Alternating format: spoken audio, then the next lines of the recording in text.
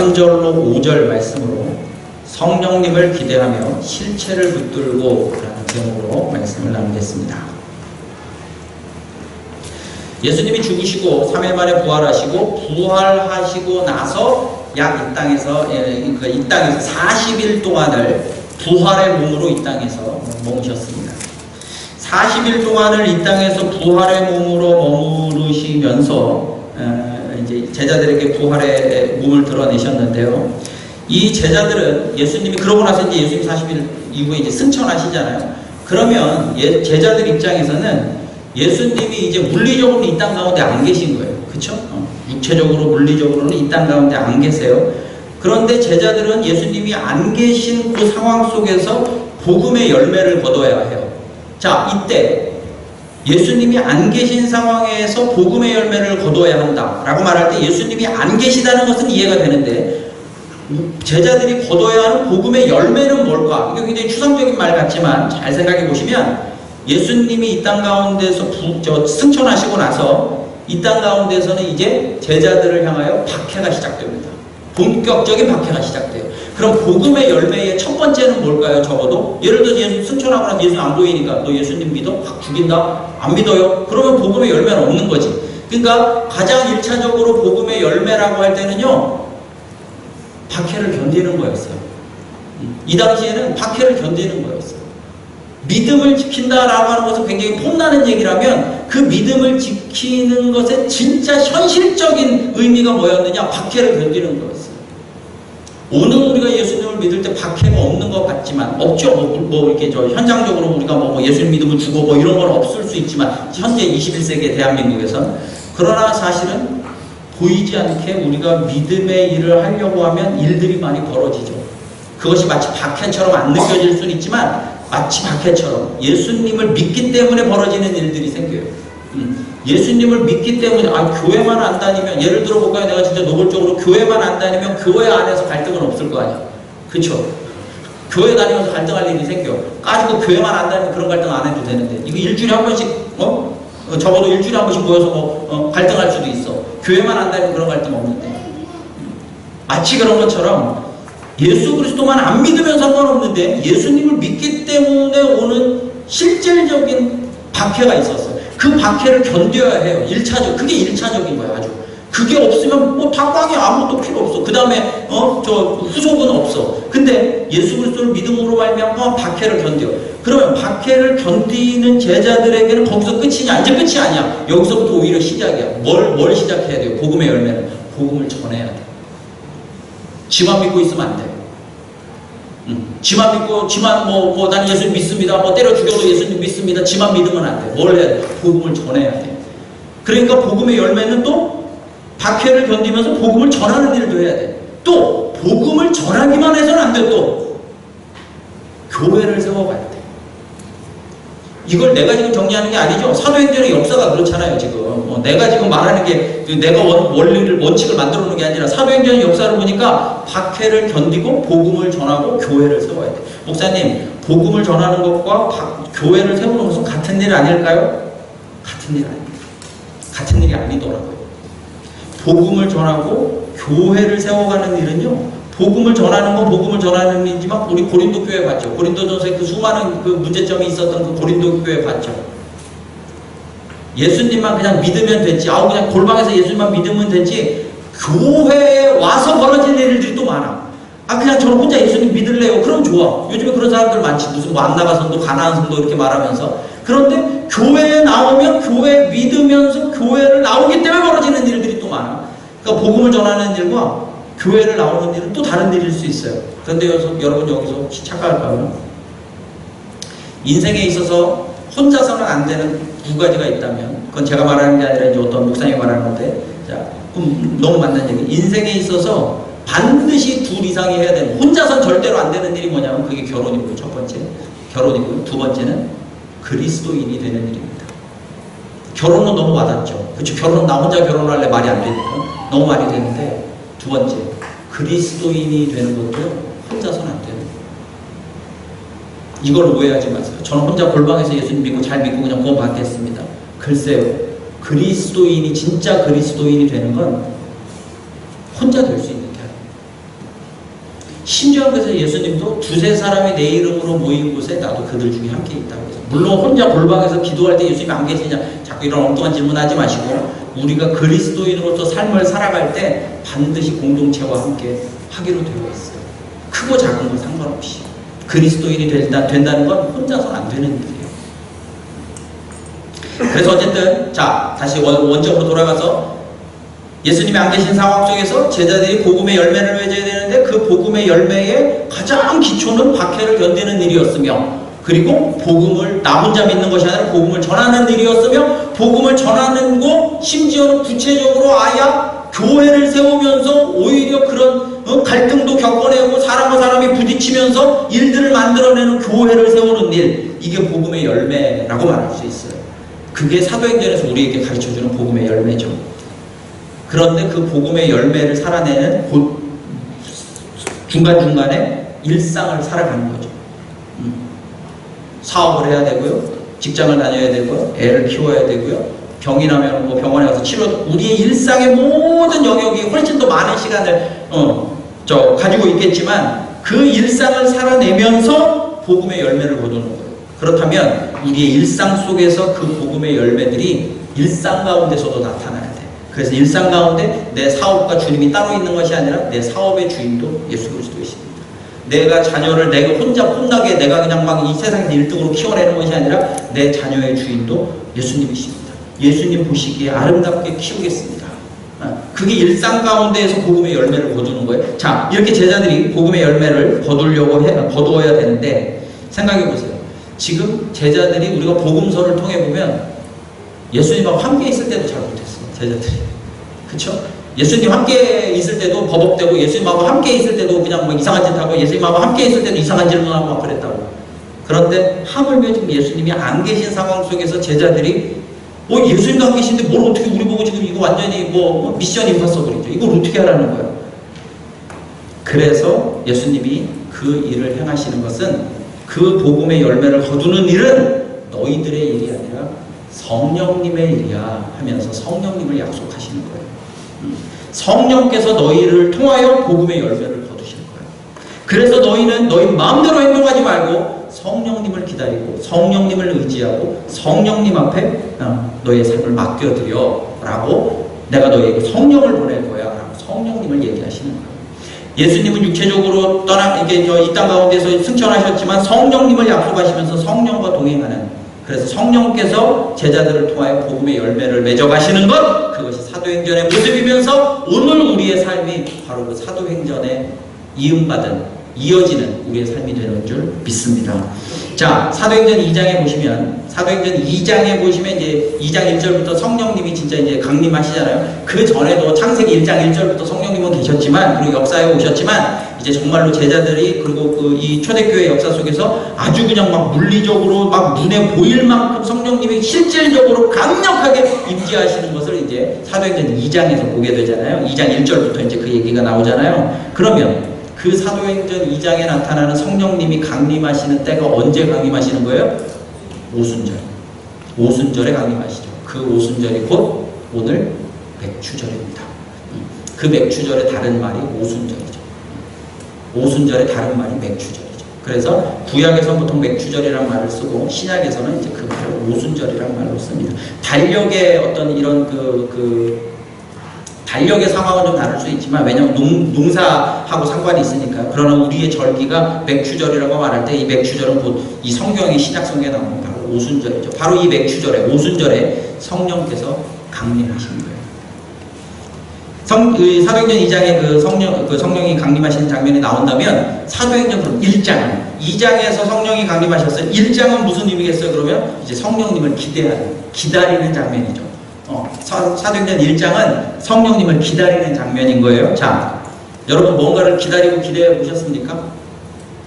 예를 들어 볼까요? 아주 간단한, 기분 나쁜 예일 수 있지만 기분 나빠하지 마시고, 자, 아주 간단한 예를 들어보겠습니다. 여러분들 만약에 우리가 학생 시절에 네가 이번 기말고사에서 우등상을 타면 엄마가 네 소원을 다 들어줄게, 이렇게 얘기했어. 그러면 우리가 학생이라고 생각한다면 엄마가 네가 이번에 기말고사에서 우등상을 타면 선물을 약속했어요. 그럼 이제 학생 입장에서 이제 시험 기간에 4, 5일 남았어. 야, 엄마가 선물 준대. 우등상을 타야지. 막 우등상을 기대해. 근데 눈 뜨고 일어나서 TV 볼 거 다 보고, 먹을 거 다 먹고, 잠잘 거 다 자고, 친구들이랑 놀고 다 놀고, 넷플릭스 복습 다 하고, 예술도 하고, 막 그렇게 다 해. 그러다가 이제 밤에 잘 때 누워 자면서, 요번에 우등상만 타면 선물이 있지, 참, 무슨 선물 달라고 하지, 막 기대하고 잠들어. 그러다 다음날 일어났어. 또 넷플릭스 복습하고, 또 놀고, 막 애들이랑 약속하고, 막 먹고, 막 실컷 놀고 먹고 자고 막 해. 그러다가 또 이제 자면서, 맞아, 선물 준다고 했지? 내가 어제 어디까지 생각했지? 뭐까지 생각했더라 하면서 막 또 우등상 선물 탈 생각. 다음날 또 일어나서 또 그짓대. 이게 무슨 말이냐? 우리가 성령님을 이렇게 기다리면 곤란하다. 우리는 이렇게 기다려요, 성령님을. 무슨 말이냐? 자, 이거 오해하지 마세요. 성령님을 기다릴 때 우리가 마치 우등상을 위해서 공부하는 애처럼 이제 40일 금식 기도하고 막 산에 올라가서 막 나무 뿌리를 뽑고 소나무 아래 가지고 막 토구를 파고 들어가서 기도를 해야만 성령님을 경험하고 임재한 이런 말이 아니에요. 그거 오해하지 마세요. 이건 무슨 말이냐? 여러분 우리가 우등상을 타면 선물을 기대한다고 우등상을 기대할 때 다음 달부터 우등상을 기대하는 자답게 살아야죠. 그렇죠? 우등상과 상관이 씨 살아야 될 거 아니에요. 근데 지금 아까 말한 그 친구는 우등상과는 상관이 없어. 기대는 잔뜩 하는데 밤마다 선물을 기대하고 우등상 받을 꿈을 꾸는데 삶은 우등상과 전혀 상관없는 삶을 산다고. 성령님은 우리가 그렇게 기다린다. 우리가 성령님은 기대한다고 하고 성령님은 입에 뱉는데 성령님하고 전혀 상관없이 살아요. 우린 그렇게 성령님을 기다린다. 그럴 수 있어요. 그러면 곤란해요. 그러면 성령님을 우리 목사님 40일 금식 기도하는 거 아니고 나무뿌리 뽑아서 토구를 만들어 놓고 기도하는 게 아니라면 성령님을 어떻게 기대합니까? 자, 그래서 사도행전 1장이 있다고. 사도행전 2장에 성령님이 강림하셨다면 사도행전 1장을 보면 성령님을 기대하는 자의 모습, 성령님이 오시기 전의 모습이 어떤지를 사도행전 1장을 통해서 우리가 확인하는 거예요. 사도행전 1장에는 성령님을 약속하시는 예수님의 모습과 성령님을 기대하는 제자들의 모습이 있어요. 다시 한번요. 사도행전 1장에는 성령님을 약속하시는 예수님의 말씀 혹은 예수님의 모습과 그 성령님을 기대하는 제자들의 모습이 있어요. 자, 그러면 먼저 성령님을 약속하시는 예수님의 모습, 예수님의 말씀을 좀 들어보겠습니다. 사도행전 1장 3, 4절, 오늘 우리가 본문에 읽은 말씀이죠. 3, 4절을 다시 한번 읽어보겠습니다. 3, 4절 시작. 그가 고난받으신 후에 또한 그들에게 확실한 많은 증거로 보이시며 하나님 나라의 일을 말씀하시니라. 사도와 함께 모이사 그들에게 분부하여 이르시되 예루살렘을 떠나지 말고 내게서 들은 바 아버지께서 약속하신 것을 기다리라. 자, 맨 마지막 4절 마지막에 아버지께서 약속하신 것을 기다리라. 심지어는 예루살렘을 떠나지 말고 내가 너희에게 말해준 내게서 들은 바 아버지께서 약속하신 것을 기다리라. 뭘 기다리라는 거예요? 성령님을 기다리라는 거죠. 성령님을 기다리라. 근데 자, 예루살렘을 떠나지 말고 성령님을 기다리라고 말하면서 다시 3절을 보시면 예수님이 고난받으신 후 십자가에 죽으시고 그리고 다시 부활하셔서 확실한 많은 증거로 친히 살아계심을 나타내시는 것이 바로 40일 동안 하신 일이에요. 여러분, 예수님이 부활하시고 나셔서 딱 40일 머무시는 요 40일이 얼마나 귀한 시간이겠어요. 부활체로 머무셨던 요 40일이 얼마나 기가 막힌 시간이었겠어요. 그런데 예수님은 그 40일 동안에 딱 한 가지 일을 하신 거라고 나와 있어요. 뭘 하셨어요? 부활을 나타내신 거예요. 부활을 친히 나타내신 거예요. 내가 죽음에서 끝나는 것이 아니라 성경대로 죽고 성경대로 다시 살아나서 부활했다고 친히 나타나셨어요. 심지어 예수님의 다시 살아나신 40일 동안에는요, 예수님이 그 흔한 병 고치는 역사도 없어요. 복음서에 보세요. 예수님이 부활하시고 나서 병 고치는 역사가 있어요? 병 고치는 역사를 무시하는 게 아닙니다. 병 고치는 역사는 별 이렇게 좀 하찮은 일이라는 뜻이 아닙니다. 반대로 생각해야죠. 예수님이 그 40일 동안에 무엇에 집중하셨는지를 보자는 거예요. 온통 집중하셨어요. 뭐에만? 예수님이 성경대로 죽으셨지만 다시 성경대로 다시 살아나셨다는 거에 집중하셨어요. 예수님. 그러면 예수님이 왜 그렇게 다시 살아나심에 집중을 하셨느냐? 예수님이 누구이신지를 알게 계시는 거예요. 예수님이 죽으시고 다시 사셨다.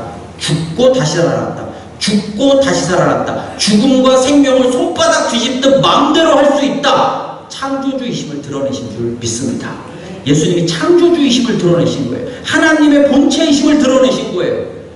그게 예수님의 부활이에요. 그래서 본질은 예수님이 누구이신지를 드러내고 그 본질을 드러내는 하나님의 증거가 뭐냐? 그게 부활이라는 거예요. 그래서 부활을 증거라고 자꾸 말하는 거예요. 증거가 확실하면 여기 지금 내 지문이 찍혔을 거 아니에요. 그러면 내가 이 자리에 왔다. 내가 이 자리에 왔다는 것이 본질이고 지문은 증거죠. 예수님의 부활은 증거예요. 증거. 그 증거가 확실하게 뭘 가리키느냐? 예수님이 누구이신지를 가리키는 거예요. 예수님 우리의 주님이시며 하나님의 본체이시며 우리를 위해서 완전한 창조주로 부활을 통해서 드러나신 줄 믿습니다. 자, 여러분 우리 속담 중에 제가 예전에 한번 말씀드린 것 같은데 속담 중에 처삼촌묘 벌초하듯 한다 이런 속담이 있죠. 처삼촌묘 벌초하듯 한다.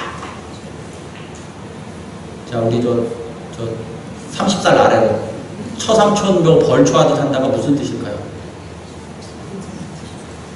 처삼촌묘 벌초하듯 한다. 이게 무슨 뜻일까요? 그렇죠. 처삼촌묘 벌초하듯 한다. 일을 대충 하기 싫어 미치는 겠다. 이걸 내가 왜 하는지 모르겠다는 마음으로 하는 꼴을 보는 거예요. 뒷모습이 그렇게 보이는 거예요. 그럼 생각해 보세요. 처삼촌묘 벌초하는 사람의 모습을 보면서 처삼촌묘 벌초하듯이 그렇게 벌초하는 이유가 뭘까요? 왜 그럴까 저 사람은? 처삼촌묘니까. 아니 내 삼촌묘도 벌초하기 싫어 죽겠는데 처삼촌묘 벌초하라고 하니까 처삼촌묘 벌초하듯 하는 거야. 이해가 되세요? 여러분 우리가 신앙생활 예수님을 믿는 일을 처삼촌묘 벌초하듯 해요. 왜 그럴까요? 우리가 직장생활을 그렇게 안 해. 직장생활하는 거 우리가 사업하는 거 보면 처삼촌묘 벌초하듯 안 해. 진짜. 그런데 우리의 예수님 믿는 삶은 처삼촌묘 벌초하듯 해요. 왜 그럴까요? 다시 한번요. 답을 이미 가르쳐드렸죠. 처삼촌묘 벌초하는 사람은 왜 처삼촌묘 벌초하듯 벌초해? 그 처삼촌묘니까. 우린 예수님 믿는 일을 왜 처삼촌묘 벌초하듯 할까요? 결국 그 질문은 예수님이 나에게 누구시냐는 거예요. 예수님 누구이십니까? 우리가 예수님 믿는다고 하는데 예수님 도대체 나에게 누구이십니까? 예수님 누구이시죠? 그 질문의 답인 거예요. 예수님이 나에게 누구이신가? 여러분 성경을 보면 예수님이 죽으시고 다시 살아났다는 것을 믿지 못했던 우리가 흔히 말하는 의심하던 도마가 갑자기 예수님을 보면서 갑자기 나의 주님이면서 나의 하나님이라고 고백하죠. 이건 진짜 천지가 개벽할 노릇이에요. 누군가를 보면서 오 대단하시다 이렇게 할 수 있지만 유대인이 누군가를 보면서 하나님이시다 이렇게 말하면 진짜 당장 노래 맞아 죽어야 될 사람이에요. 도마는. 유대인 사람들이 이 당시 유대인은요 하나님이라는 말조차 입에 올리기를 꺼려했어. 왜? 너무 거룩해서. 근데 갑자기 예수님을 보면서 하나님이라고? 정말 큰일 날 일이에요. 근데 어떻게 나의 주님이면서 나의 하나님이라고 고백할까요? 실체를 봐버렸거든. 예수님이 누구인지 알아버렸거든. 자기가 그렇게 예수님 이제부터 하나님으로 내가 믿겠습니다가 아니야. 봐버린 거야 그냥. 오늘 저를 보셨죠? 주일날 7월 7일 맥주감사주일날 문지용 목사가 강단에서 설교를 해서 봐버리셨죠? 여러분들 결정한 것도 아니잖아요. 그렇게 믿기로 한 것도 아니죠. 봐버렸죠? 이 사도 도마가 봐버린 거야. 예수님이 누구이신지.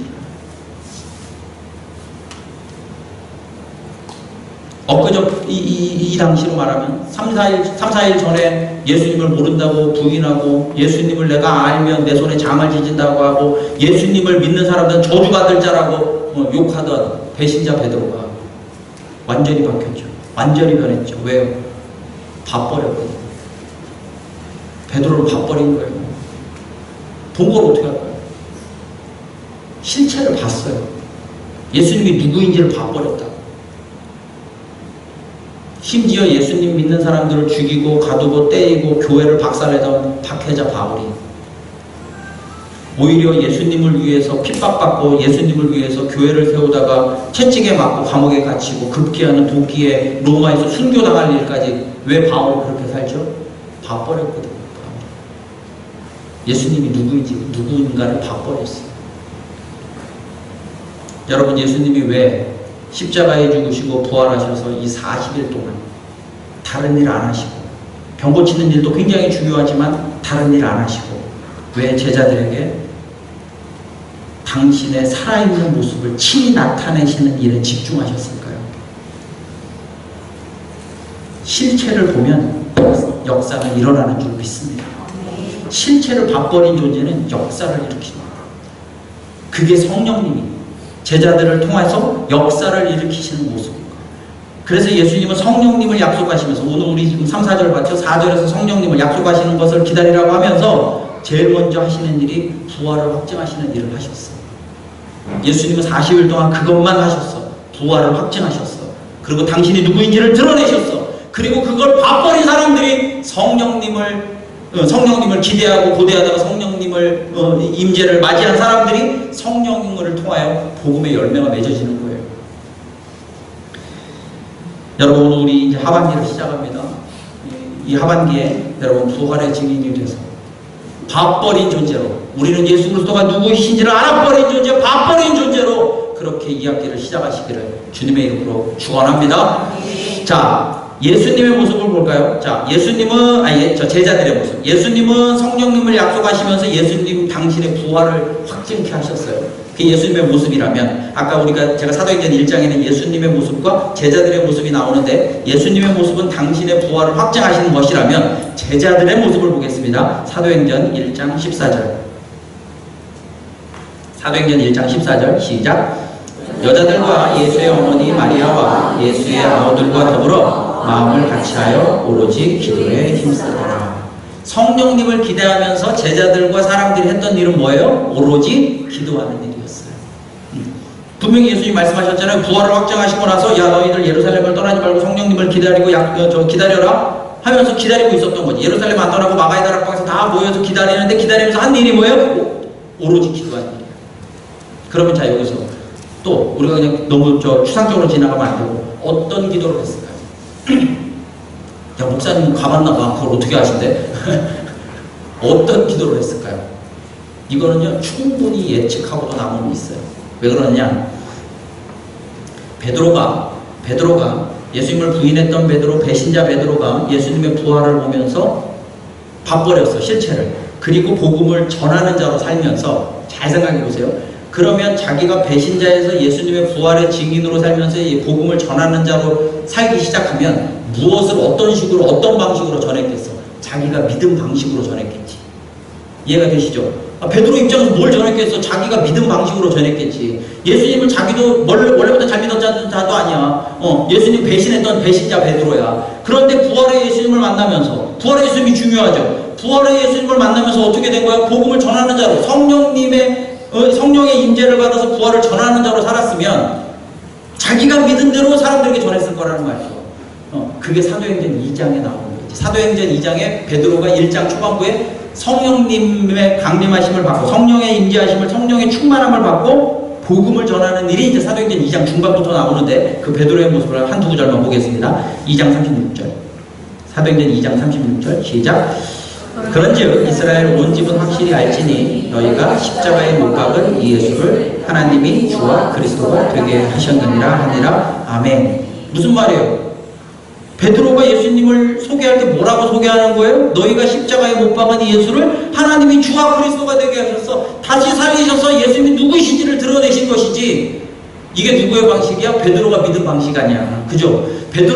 배신자 베드로가 예수님의 부활을 보고, 부활을 예수님 확증하시는 것을 보면서 예수님 정말로 다시 살아나셨네, 진짜 주님이시며 진짜 그리스도이시며 진짜 하나님의 본체이시구나. 베드로가 그렇게 붙들렸어. 베드로가 나가서 전할 때도 그렇게 전하는 거야. 야, 너희들이 십자가에 못 박은 예수를 하나님이 부활하게 하셔서 예수님이 주님이면서 그리스도이시면서 하나님의 본체로 알게 하신 거야. 똑같이 전하죠. 자, 그리고 아까 우리 봤죠? 예수님은 부활을 확증하셨고, 베드로는 그러면 성령님을 기다리면서 뭘 했다고? 오로지 기도했잖아. 그쵸? 나가서 전하기 전에 성령님을 기다리면서 한 일이 오로지 기도했어. 뭘 기도했을까를 우리가 지금 생각하고 있는 중이잖아요. 베드로가 전하는 말을 보면 돼. 베드로가, 야, 예수님 부활하셔서 너희에게 주와 그리스도가 되게 하셨어. 그 다음에 뭘 해야 돼, 이제? 기도해야 되잖아. 그쵸? 성령님을 기다리려면 기도해야 돼. 부활을 확증하고, 예수님 정말 부활하셨네. 예수님 정말 하나님의 아들이시네. 그럼 성령님을 기다려야 되는데, 가만히 있어봐. 성령님을 어떻게 기다리지? 아, 기도했구나. 너희도 기도해야 돼. 뭘 기도했을까? 베드로가 이 사람들에게 뭘 기도하라고 하는지 보면 되죠. 38절. 사도행전 2장 38절. 시작. 베드로가 이르되 너희가 회개하여 각각 예수 그리스도의 이름으로 침례를 받고 죄 사함을 받으라. 그리하면 성령의 선물을 받으리니. 여기 나오죠. 성령의 선물을 받으리니. 성령님이 임재하시는데 그 전에 뭘 기도했다고요?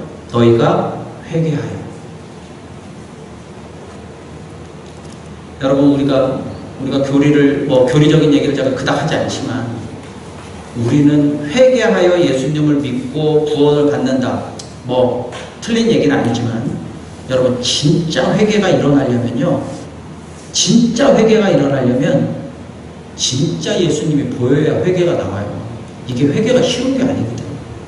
그저 죄책감을 회개하는 거는요. 늘 말하지만 그런 죄책감 소각장이 아니에요. 우리가 주님 앞에 회개한다고 할 때 그 회개의 자리는 내가 지난주에 이런 잘못을 했는데 주님 용서해. 그거는요 진짜 내 감정의 쓰레기를 소각하는 것이지 정말로 살아 역사하시는 주님 앞에 회개하는 모습이 아니라 진짜 회개는 예수님 그분의 존재가 내 앞에 딱 하고 나타나셨을 때 정말로 그분이 정말로 창조주 하나님의 아들이실 때 진짜 회개가 일어나요. 베드로가 부활을 확증하니까 사람들이 여기 지금 우리가 36절, 38절 읽었는데 37절에 그 유명한 구절이 나오겠죠. 뭐예요? 어찌할꼬.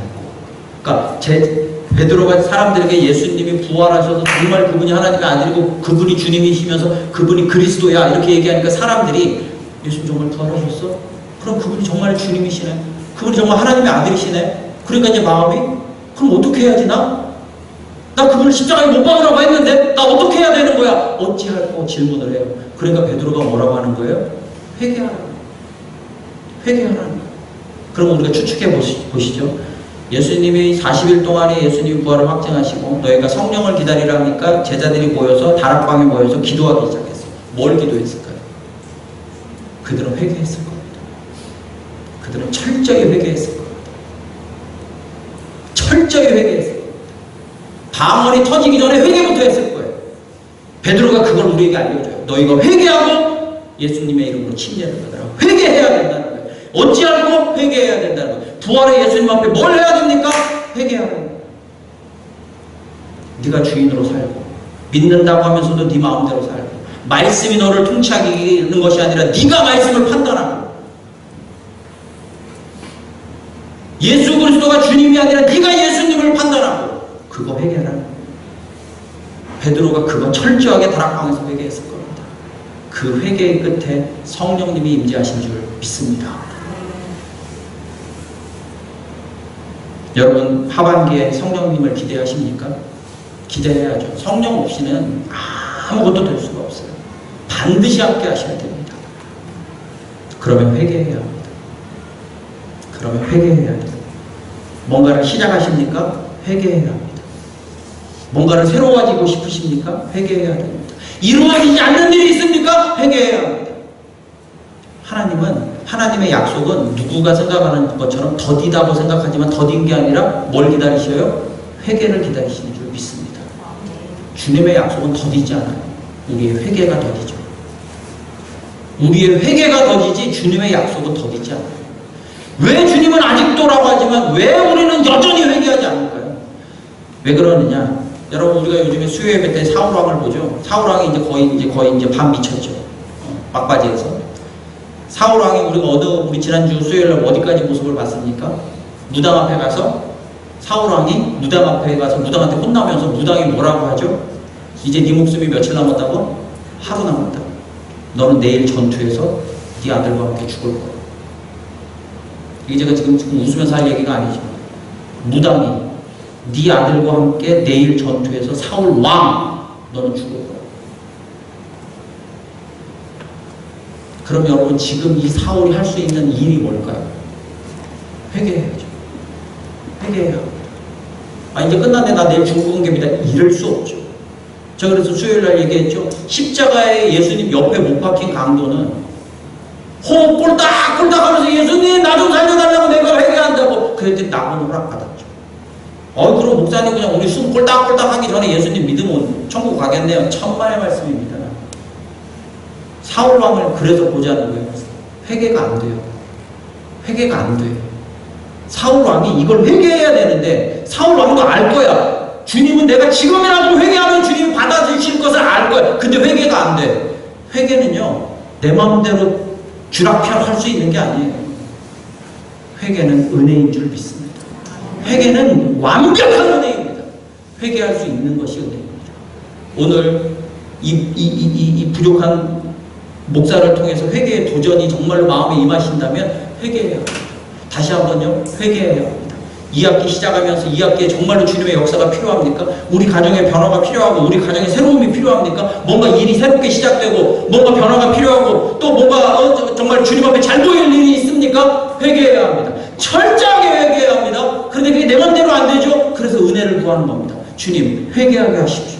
나 회개해야 합니다. 주님, 내가 예수의 주되심 앞에 온전히 엎드리게 해달라고. 내가 주인으로 산 줄을 회개하고, 내가 주인으로 살면서 주님 평가하고, 내가 교회를 판단질하고, 내가 내 마음대로 내 몸대로 내 멋대로 살아간 죄 회개합니다. 주님 앞에 회개하는 겁니다. 그게 살 길이고, 그것이 복받을 길이고, 그것이 우리가 이 학기를 기대할 수 있는 힘이 될 줄 믿습니다. 그런데 여러분, 자 이제 성령님이 오시는 것까지 얘기를 해야 되겠죠. 성령님이 오세요. 2장 1절부터 이제 성령님이 임하시는데, 우리가 기억하는 2장 1절부터에 나오는, 사도행전 2장 1절부터 나오는 성령은 불의 혀처럼 갈라지는, 그쵸? 불의 혀처럼. 저도 딱 한 번만 해보고 싶어. 경험해보고 싶어. 막 불의 혀처럼 막 여기를 막 해가지고 좀 좀 이렇게 이게 좀 잘 안 깨지는 분들 막 가슴을 팍팍 치고 막 머리를 좀 이렇게 머리카락을 좀 꼬슬리고 막 이렇게 해가지고 역사가 일어나면 좋겠어요. 근데 그게 잘 안 되죠. 그게 잘 안 하셔. 근데 여러분, 신기한 건 우리가 성령 하나님의 그런 역사도 있지만 더 많은 성령님의 역사는